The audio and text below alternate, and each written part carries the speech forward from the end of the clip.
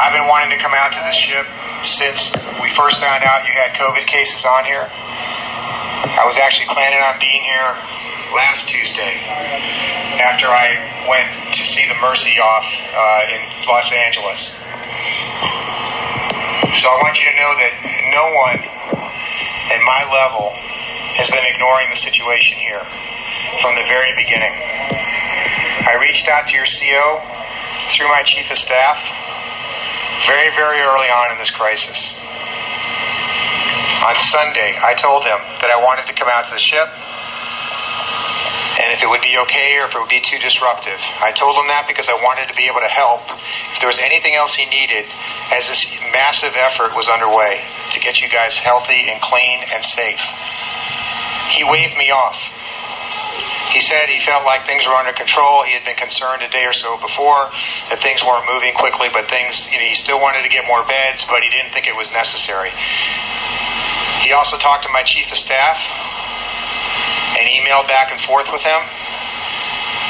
On Sunday night, he sent that email.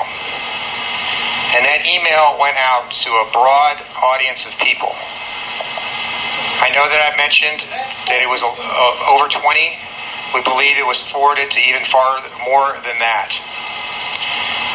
And immediately it was picked up by the San Francisco Chronicle, which published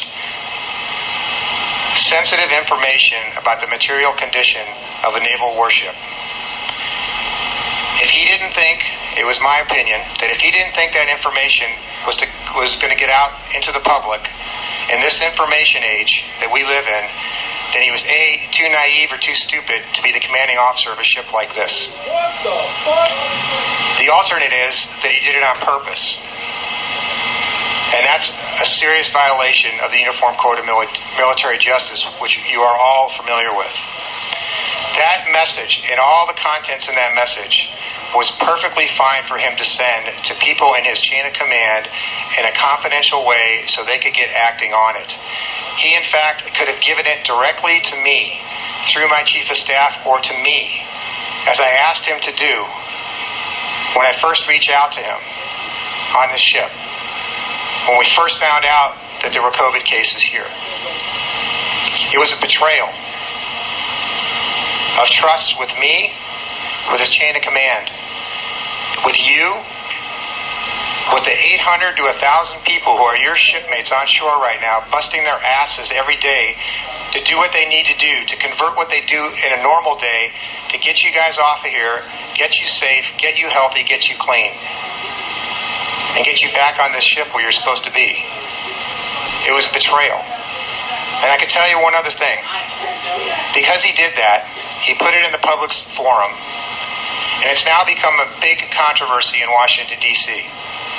and across the country about a martyr CO who wasn't getting the help he needed and therefore had to go through the chain of command, a chain of command which includes the media.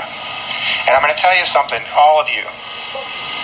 There is never a situation where you should consider the media a part of your chain of command.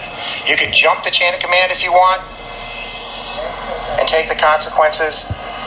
You could disobey the chain of command and take the consequences. But there is no situation where you go to the media, because the media has an agenda. And the agenda that they have depends on which side of the political aisle they sit. And I'm sorry that's the way the country is now, but it's the truth. And so they use it to divide us. They use it to embarrass the Navy. They use it to embarrass you. While you're out here dealing with something that this country hasn't had to deal with in over 100 years. And the world hasn't ever dealt with anything like this on this scale. The American people believe in you. They think of all the people in the world that can keep their shit together in something like this, it's the United States Navy and our sailors. And they're stressed. They may be stressed. They may be tired. They may be scared. But they're keeping their shit together.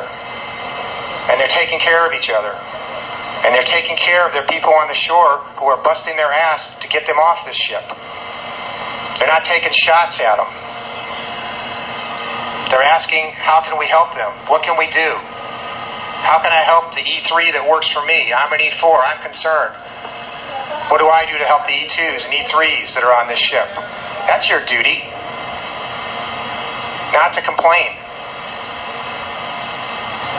Everyone's scared about this thing. But I tell you something, if this ship was in combat and there were hypersonic missiles coming at it, you'd be pretty fucking scared too. But you do your jobs. And that's what I expect you to do, and that's what I expect every officer on this ship to do, is to do your jobs. One of the things about his email that bothered me the most was saying that we're not at war. Well, we're not technically at war, but let me tell you something. The only reason we're dealing with this right now is because a big authoritarian regime called China was not forthcoming about what was happening with this virus. And they put the world at risk to protect themselves and to protect their reputations. We don't do that in the Navy. We're transparent with each other in the proper channels and with each other. And that's what we're supposed to do, and that's what you're expected to do. I got your list of questions. I'm very, very thankful to have gotten them. I know they're all sincere. I don't think there's any agenda in any of those, but there's a lot of them. And I'm going to answer every single one of them, but I've got to do it respectfully, and I've got to take some time so you understand all the nuances of the questions that you're asking, and there's a lot of them here. So rather than answer them all today, I'm going to take them back with me to Washington, and I'm going to answer them. And let me say one other thing. Everything I'm telling you guys right now, I will never, ever, ever throw you guys under the bus in Washington or anywhere else, in the media, anywhere else. And I expect you never to do that to your shipmates either. The ones on the shore right now, who told me that when Captain Crozier's email made it to the San Francisco Chronicle, after working 15-hour days, they were demoralized. Because they knew what they had been doing for you guys since the 25th of March. To get you guys what you need. And the other thing you need to understand is we're in Guam. It's a U.S. territory, but they have their own government, and they have their own healthcare problems, and they're scared too, just like every other part of the world. And the governor of Guam has stuck her neck out, big time, with her own population, to say that she is willing to open up hotel rooms all over this country, or this state, this territory, so that sailors from the USS Teddy Roosevelt can go and be safe, because she believes that you all are her brothers and sisters. Her brothers and sisters who are protecting this place for her citizens. And so she's willing to put all that at risk to take care of you guys. And she told me today, when Captain Crozier's letter came out in the public, she had to then deal with all her constituents who were saying, holy crap, what's happening? We're going to have 5,000 people with COVID in our city without proper health care and everything else. So think about that. When you cheer the man off the ship who exposed you to that. I understand you love the guy. It's good that you love him, but you're not required to love him. So I want to share something with you that I read at the Naval Academy graduation in 2018. I said it to the graduating class, but I'm going to expand it a little bit. I said, as officers and sailors in the United States military, you are given tremendous responsibility to respect and protect those who are placed under your command. The American people entrust you with their sons and daughters, and they place their security and the security of our nation in your hands. Do not expect to be loved by everyone for this, even though it may happen. As Secretary Mattis, my former boss, was fond of saying to us, who were so honored to work with him in the Pentagon, he said, your job is to protect the nation. So I'm going to give you a little bit of advice to make this important and often difficult job far easier on yourselves. My best advice to you is don't ever worry about being loved for what you do. Rather, love the country that you're asked to defend. Love the Constitution you pledged your lives to protect. And most importantly, love the people you are ordered to lead. Make sure they eat before you do. Care about their families as much as your own. Be vested in their success more than your own accomplishments. Nurture their careers more than you pursue your own advancement. And value their lives to the point that you will always consider their safety in every single decision you make. It's only through this level of servant leadership that you will maximize and empower those you lead to meet the demands that will face us in this century. And those demands are getting more complicated every day as we're all learning. But it's also going to accrue incredible personal satisfaction to you during your time of service. Crew of the Teddy Roosevelt, you are under no obligation to love your leadership, only to respect it. You are under no obligation to like your job, only to do it. You are under no obligation to expect anything from your leaders other than that they will treat you fairly and put the mission of the ship first, because it is the mission of the ship that matters. You all know this, but in my view, your captain lost sight of this, and he compromised critical information about your status intentionally to draw greater attention to your situation. That was my judgment, and I judged that it couldn't be tolerated from the commanding officer of a nuclear aircraft carrier. This put you at great risk, even though I am certain he never thought it would. I'm certain he loved you all, as he should, but he lost sight of why the TR exists and why fate brought you all here together in the middle of this COVID crisis. Your nation back home is struggling. No one expected this pandemic, and so we are all working our way through it. Your fellow sailors in the States are volunteering, putting on uniforms, and running into the fire in places like New York, Los Angeles, Dallas, and New Orleans. I've seen them, no fear, running right into COVID. Nothing is easy in this for anyone, but from the very beginning, we have been engaged from my level down to bring you the help you need as fast as we possibly could.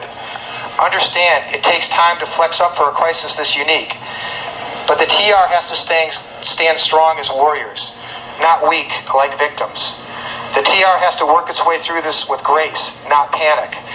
The TR has to demonstrate to the citizens back home that it has its act together and that it is knocking down this virus, just like it would knock down the Chinese or the North Koreans or the Russians if any one of those nations were ever so stupid enough to mess with the big stick because they thought she was vulnerable.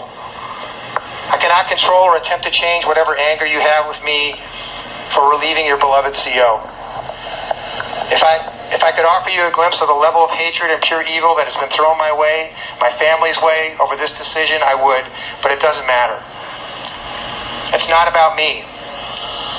The former Vice President of the United States, Joe Biden, suggested just yesterday that my decision was criminal.